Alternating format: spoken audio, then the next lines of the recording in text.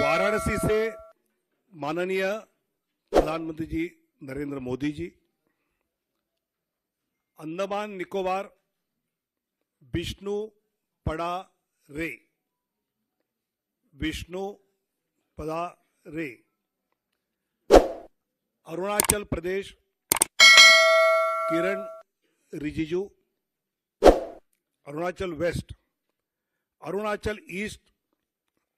तापिर गांव, असम करीमगंज अनुसूचित जाति सीट से कृपानाथ मल्ला, सिलचर परिमल शुक्ला वैद्य, ऑटोनोमस जिला शेड्यूल ट्राइब अमर सिंह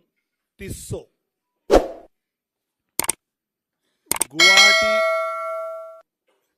बिजुली कलिता मेधी, मंगलदोई दिलीप सैकिया, तेजपुर रणजीत दत्ता, नौगांव सुरेश बोरा,